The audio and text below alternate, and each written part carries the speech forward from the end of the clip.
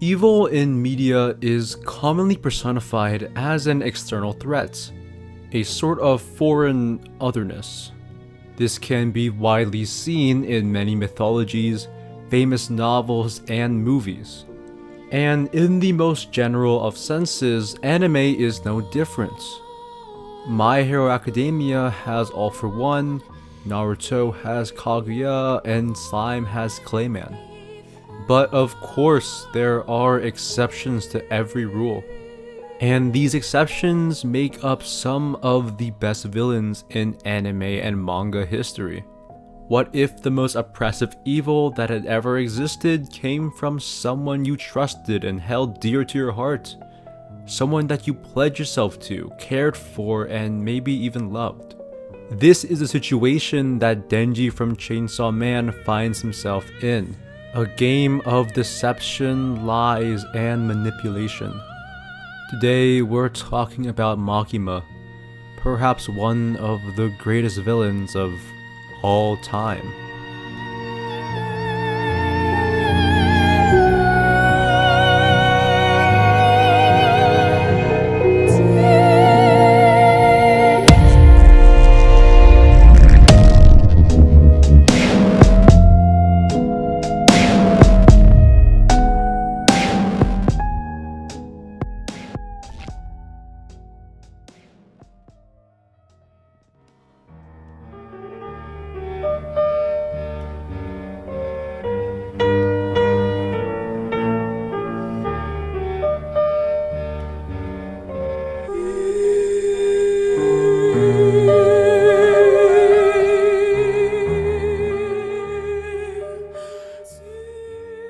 Makima's first appearance in Chainsaw Man occurs in Chapter 1, its primary and titular chapter.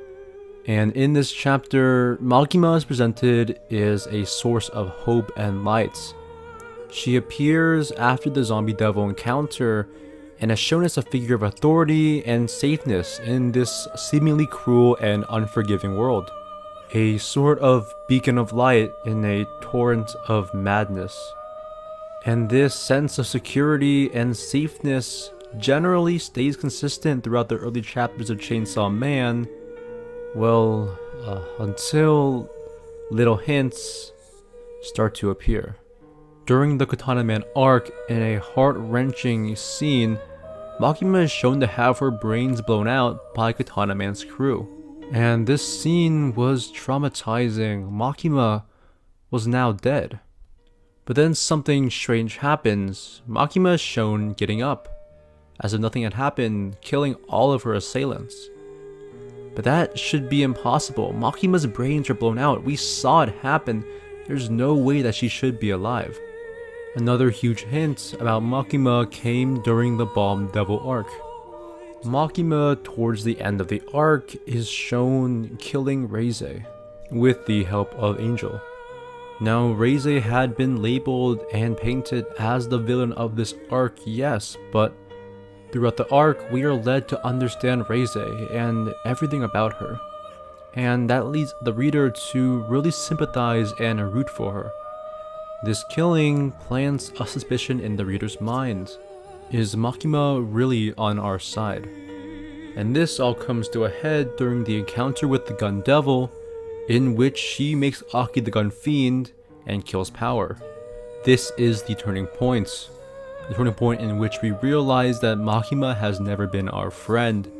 She's been the enemy the entire time. And suddenly, these little hints turn into premonitions. Premonitions of a dark future.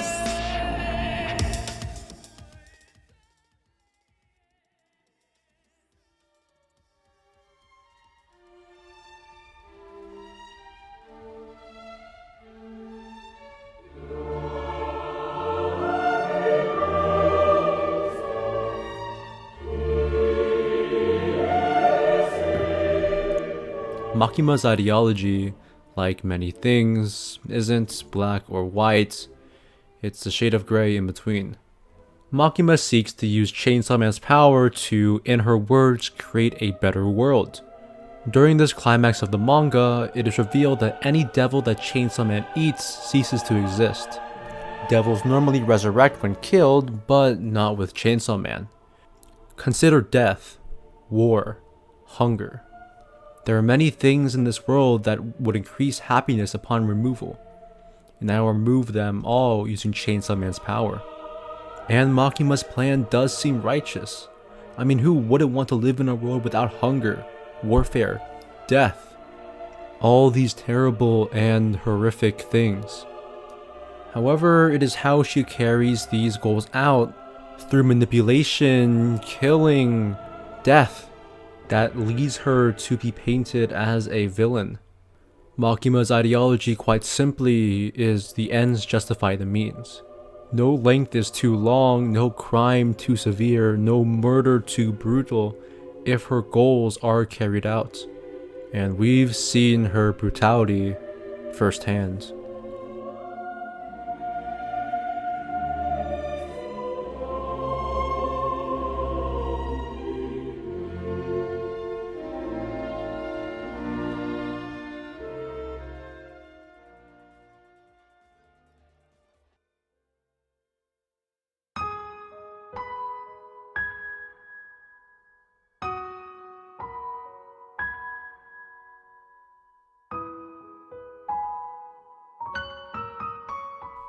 Makima, like many characters in Chainsaw Man, is a rather tragic and ironic figure. During the end of the manga, it is revealed by Pochita that all Makima yearned for is hugs, human connection, human warmth. These were all things that Denji had tenfold. The irony of Makima is that the more she went down this path of manipulation, killing, and lying, in order to complete her goal of a better world, in reality these things drew her farther and farther away from her true desires, human compassion. Make no mistake, Makima is a tragic character, led down a path of self-destruction, with every kill, lie, and coercion bringing her farther from what she truly wanted. But in the end, none of it matters. Makima is killed by Denji in the final arc through a most brutal fashion, and with it, her dreams, her aspiration, her goals, gone. In the end, she failed. But perhaps there is a bit of hope through Nayuta.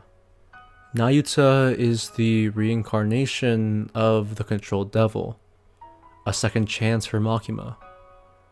With better guidance and perhaps better mentors, perhaps Nayuta will be able to fulfill the dream that Makima could never even begin to grasp.